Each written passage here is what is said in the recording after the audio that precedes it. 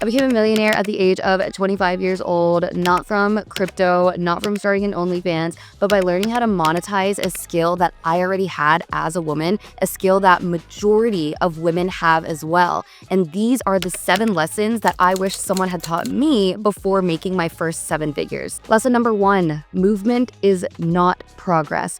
Just because you're trying out a bunch of different ways to make money doesn't mean that you're actually progressing to make money. You hear about all of these different business models on social media, but because you are trying to do every single one of them and you're having shiny object syndrome, it is going to prevent you from actually making money. Think about it like this, and this example is from Alex Hormozi. All of the business models that you hear about, think of them as separate individual ladders. Let's just do the most common ones that you hear. We'll do e-commerce, it has its own ladder. Trading, it has its own ladder. Sales, it has its own ladder, right?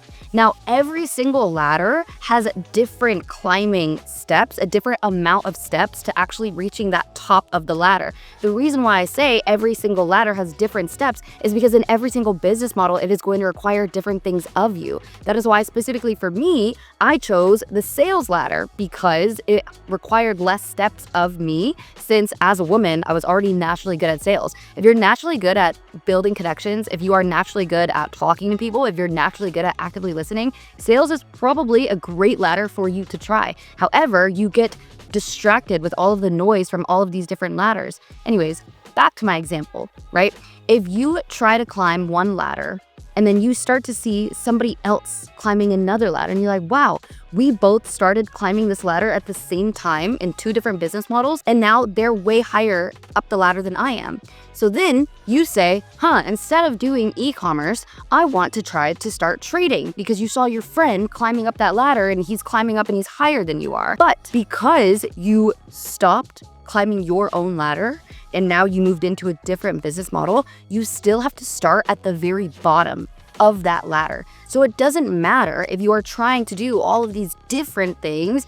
Progress only happens when you stick to one thing and you get 1% better every single day. Now, the reason why I know this is because I spent my early 20s climbing multiple different ladders. And it wasn't until 22 years old, whenever I decided to only climb the sales business model ladder, that's what made me a lot of money. In my early 20s, I tried trading. I tried starting a clothing brand.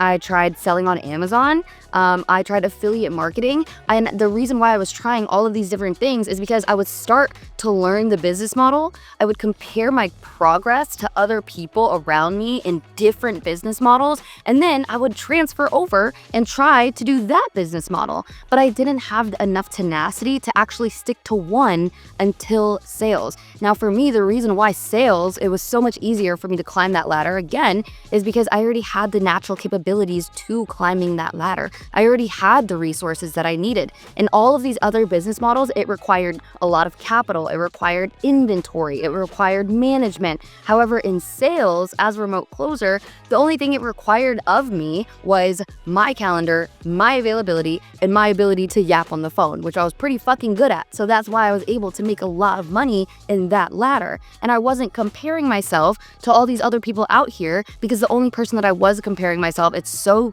cliche to say, but I was only comparing my current state to who I was yesterday. And I was only comparing, did I get 1% better today than I did yesterday? And that is true progress. Lesson number 2, learn a skill, don't chase a fad.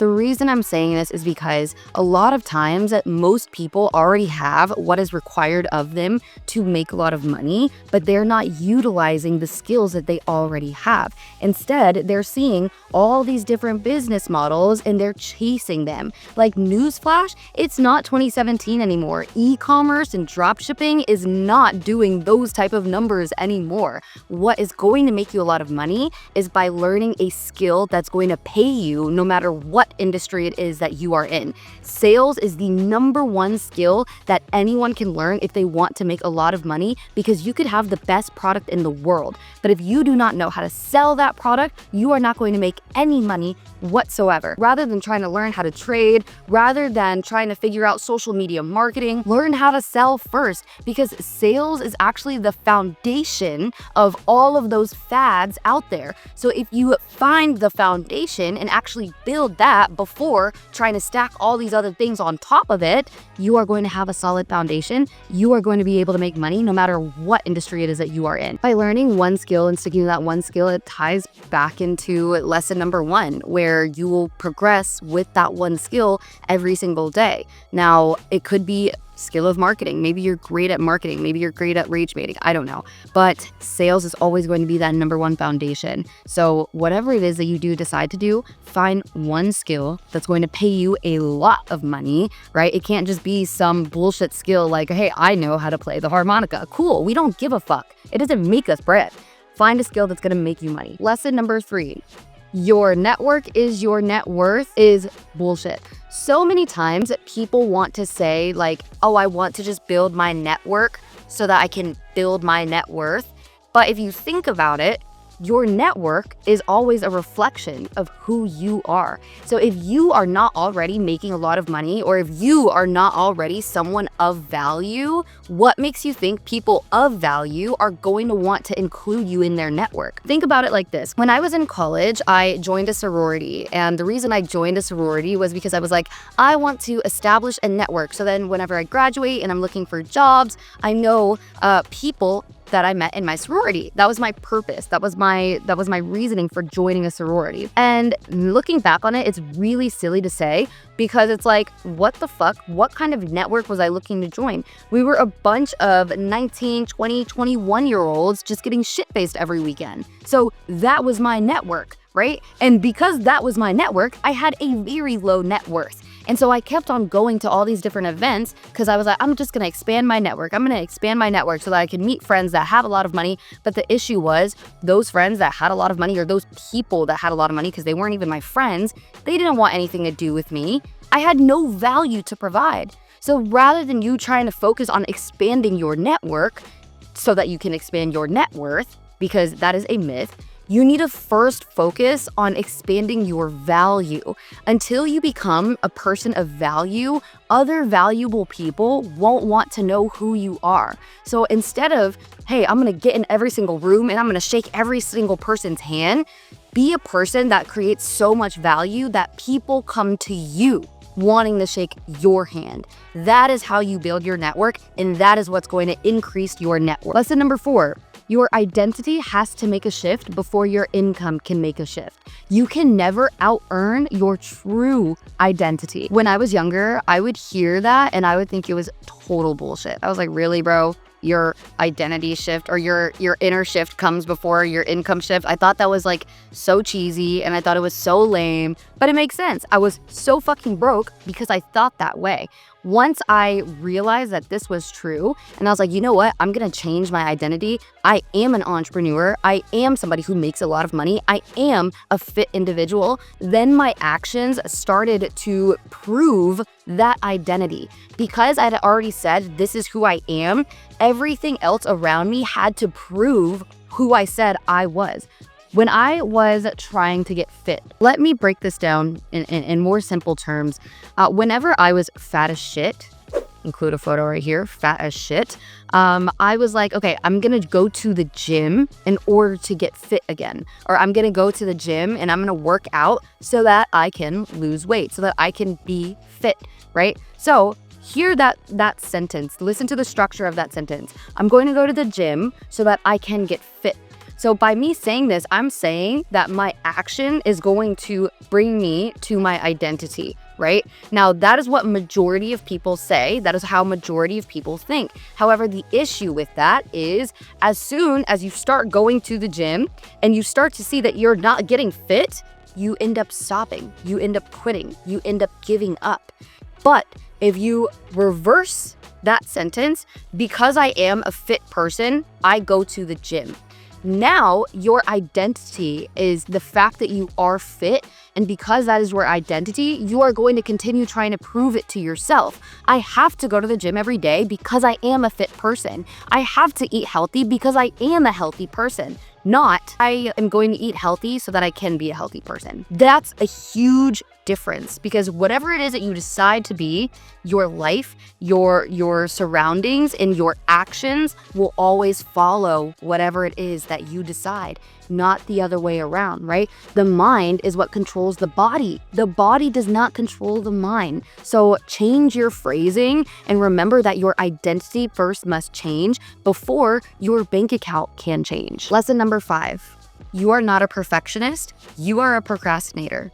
This one was really big for me. This one's actually, I learned it recently. It's what made me go from 6 figures into the 7-figure mark. And it was because my whole life, I prided myself on being a perfectionist. I was like, you know what? I'm so great. And all of the work that I do is so great that it takes me longer because I just want to make sure that it's perfect. By doing that, I was losing a lot of money. And it's because money loves speed. If you are somebody that can make decisions quickly, even if the execution is not perfect, you are going to make way more money and way more progress compared to a person that's just sitting there fiddling their thumbs, still trying to say, I wonder if I'm gonna make sure that all of my I's are dotted and all of my T's are crossed, because while you, somebody who makes decisions quickly, you're already 10 steps ahead before they have even decided to make 2 steps because they're still trying to figure out how to step perfectly into those 2 steps. By you trying to be perfect before deciding to make a move, you are only hindering making that move. The people that make a lot of money move very quickly, break a lot of shit, and then will go back and fix it. But that person is going to progress way faster than the person that has still yet to decide to actually make a move. So move faster. Stop saying you're a perfectionist, because you're not. You are a procrastinator, and that is why you are poor. Lesson number 6, your environment will either serve you or sever you. Let's define environment. I'm not talking about your space around you. I'm talking about the people that are around you. I'm talking about what you're doing on a day-to-day basis, right? Your environment. If you are surrounded by broke people and you are surrounded by people that just live for the weekends and live for going out to the bars, that's your environment. That is going to sever you. That is going to kill off all of your dreams, right? The best way to kill a big dream is to introduce it to a small mind. I'm also really big on weather. I don't know if anybody else is, but I'm huge on weather, especially being in sales. Your energy is how you make money. So for me, environment also has to do a lot with like just where I am, right? So I live in Miami right now, and in Miami right now, it's hurricane season. It's raining every single fucking day. And so that is why I'm here in San Diego, because I was like, that environment is making me depressed right now. And if I am depressed, I will lose a lot of money. Every single day that it rained in Miami, I would legit lose like $5,000 a day. So that is why I changed my environment. I got out of that environment and I came all the way to San Diego just so that I could be in the sun, squinting my eyes, making this YouTube video for you. But no, your environment is extremely important. When I was living in Atlanta, before I moved to Miami, I was already making $20,000 a month. And it was because though, even though I hated Atlanta, I changed my online environment. That you could do as well. I was working my 9 to 5 before I came across remote closing, and I was still surrounded by like people that just care to drink on the weekends. My timeline was just full of bullshit, like brain rot. And because I was stuck in Atlanta, because I didn't make enough money yet to move to a completely different state, I just changed my online environment. I unfollowed everybody that didn't inspire me to be better. I stopped hanging out with people that were making me legitimately worse, dragging me out to the bars, taking me on girl dinners, just things that weren't going to make me more money. I just stopped doing. And I changed my environment in the moment, and I changed it by isolating myself and only looking at people that inspired me. So if you are currently in that phase right now where you are making some money or you're making progress, but you just don't have enough to completely change your entire environment, Start by changing your online environment. Unfollow the people that don't inspire you. Stop talking to the people that are actively sabotaging your success, and you will get so much further. You will make so much more money just by doing that. So in Atlanta, that's what I did. Once I made enough money, because I was saving money, stacking my money since I wasn't going out and degenning in the streets of Atlanta, I made enough money to finally move out of my current situation and into Miami, where I then went from making 6 figures to making 7 figures. Let me break that down. While working my 9 to 5, I was making $4,000 a month, sometimes $5,000 if I had hit bonuses. And then I cleaned my online environment, started making $20K a month. It didn't obviously jump from that, but started making 6 figures, and then changed my entire environment, started making 7 figures.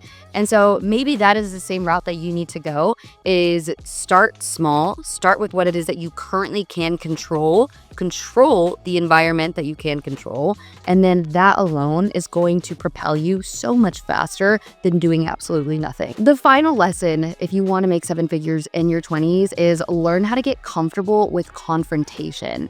Confrontation is not a bad thing when used properly. Learn how to talk, learn how to express your feelings, learn how to call shit out that needs to be called out. The reason this was such a great skill and a great lesson for me to learn was because until I learned how to confront people, I wasn't ever getting what I wanted, right? In sales, you have to confront their objections. In sales, you have to confront what it is that they're thinking about, confront their body language, confront their tonality, and by you confronting and calling someone out on what they're doing wrong or calling someone out on what they could improve, that is going to make you automatically a more valuable person. But obviously, the execution in how you confront is extremely important. So that's why I say learn how to get comfortable with it, because until you can learn how to communicate your feelings and until you can learn how to communicate to the other person across you, speaking to you, that is going to be what makes you more money, because you are comfortable in that communication. Learning how to confront people and learning how to be comfortable with confrontation also increases your confidence. By increasing your confidence, that's also going to naturally make you more money, because more confident people always make more money because they're always more comfortable with who they are. They're more comfortable with what they're saying, with what they're doing. And because they're more comfortable with what they're saying and what they're doing, they act way quicker. They decide things way quicker because they're confident in their decisions and they're confident about everything it is that they say and everything it is that they do. So by you learning how to talk, by you learning how to confront, you will make more money. If you are a woman who wants to learn how to take her communication and turn it into cash, I'm actually hosting a free training on Zoom. I will leave the link in the description for you to register. It's completely free, it's live. Come on there. I'm gonna show you all of the tactical tips